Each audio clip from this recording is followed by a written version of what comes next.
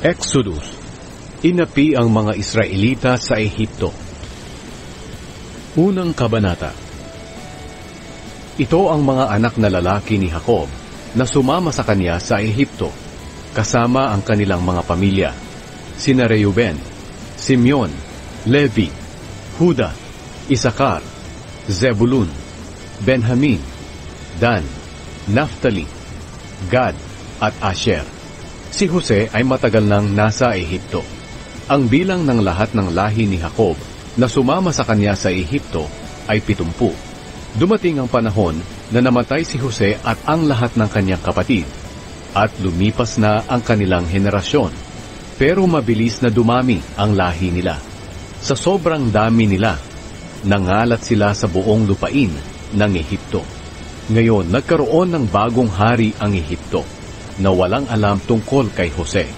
Sinabi niya sa kanyang mga mamamayan, "Tingnan ninyo, masyado nang marami ang mga Israelita at nanganganib tayo, dahil baka magkaroon ng digmaan at kumampi sila sa mga kaaway natin at lumaban sa atin para makaalis sa ating bansa. Kaya maghanap tayo ng paraan para hindi na sila dumami pa." Kaya naglagay sila ng mahihigpit na tao na mamamahala sa mga Israelita para pahirapan sila at pagtrabahuhin ng mabigat. Ipinagawa sa mga Israelita ang mga lungsod ng Pitom at Rameses para magkaroon dito ng mga bodega ang Faraon.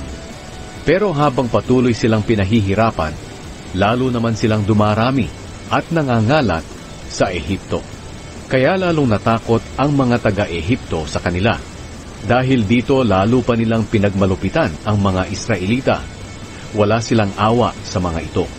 Pinahirapan nila ang mga Israelita sa paggawa ng mga tisa at pangsemento nito, at pinagtrabaho ng matindi sa bukid. Pagkatapos, sinabi ng hari ng Ehipto sa mga Hebreyong kumadrona na sina Shifra at Puwa, "Kung magpapaanak kayo ng mga babaeng Hebreyo, patayin ninyo kung lalaki ang anak. Pero kung babae, huwag nyo nang patayin." Pero dahil may takot sa Diyos ang mga kumadrona, hindi nila sinunod ang iniutos ng hari. Sa halip, hinahayaan nilang mabuhay ang mga sanggol na lalaki. Kaya ipinatawag ng hari ng Ehipto ang mga kumadrona at tinanong, "Bakit ninyo ito ginawa? Bakit hinahayaan ninyong mabuhay ang mga sanggol na lalaki?" Sumagot sila, "Ang mga babaeng Hebreyo ay hindi tulad ng mga babaeng Ehipsyo. Madali silang manganak, at bago pa po kami dumating, nakapanganak na sila.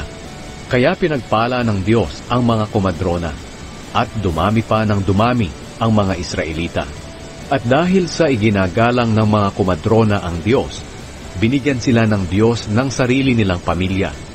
Nang bandang huli, nag-utos ang Faraon sa lahat ng mamamayan niya, "Itapon ninyo sa ilog ng Nilo ang lahat ng bagong panganak na sanggol na lalaki ng mga Israelita, pero pabayaan ninyong mabuhay ang mga batang babae."